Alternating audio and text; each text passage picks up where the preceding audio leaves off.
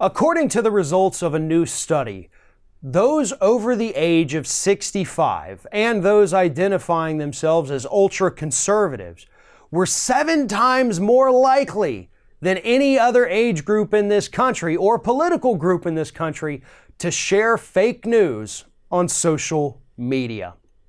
Now, this is the result of a study that's been conducted by professors at multiple different universities working together to find out exactly how bad the fake news situation is on social media, especially during the 2016 presidential election. And their results, which shouldn't come as a surprise to anyone, showed that, those over the age of 65 shared the majority of the fake news on social media. And the majority of all of those people were also considered ultra-conservative.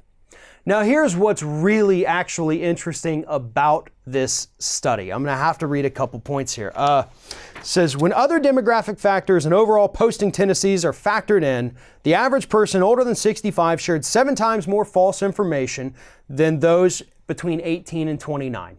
So, good job, younger generation, 18 to 29, you're sharing the least fake news, so thank you. Seniors shared more than twice as many fake stories, people between 45 and 64, so that age group's getting a little iffy too, and more than 3 times that of people in the 30 to 44-year-old range. So this study confirms also that the older somebody gets, the more likely they are to believe and share this fake news. It gets even more interesting here. The researchers looked at differences in gender, race, and income, but could not find any statistically significant differences in sharing of false information. But what they did find, since there's no differences in age, gender, race, whatever,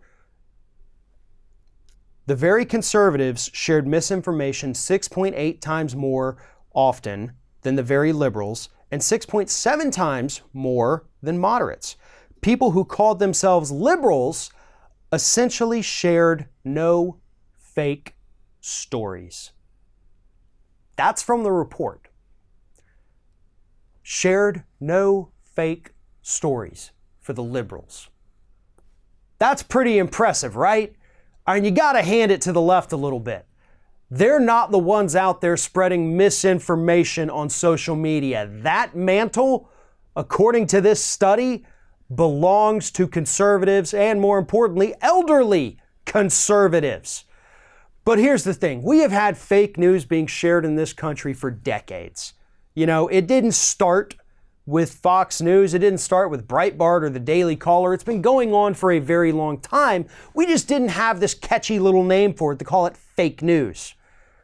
But in recent years, as more and more of these little fly-by-night grifting conservative sites pop up, fake news has become more prevalent.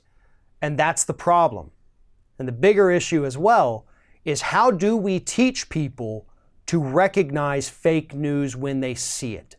How do we teach people to sort through all the crap and find what's actually accurate?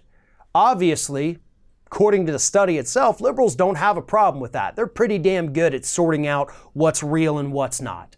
It's those elderly conservatives who are too willing to believe anything that they see online and immediately share it with all of their friends.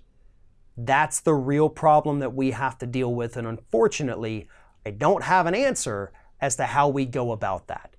The only thing we can do is continue pushing the truth, continue sharing the truth, and hope that over time we can convince these people that they have been wrong and that they've been duped by these conservative grifters who seem to come up with a new Daily Caller, Daily Wire, Daily Liar website every single week.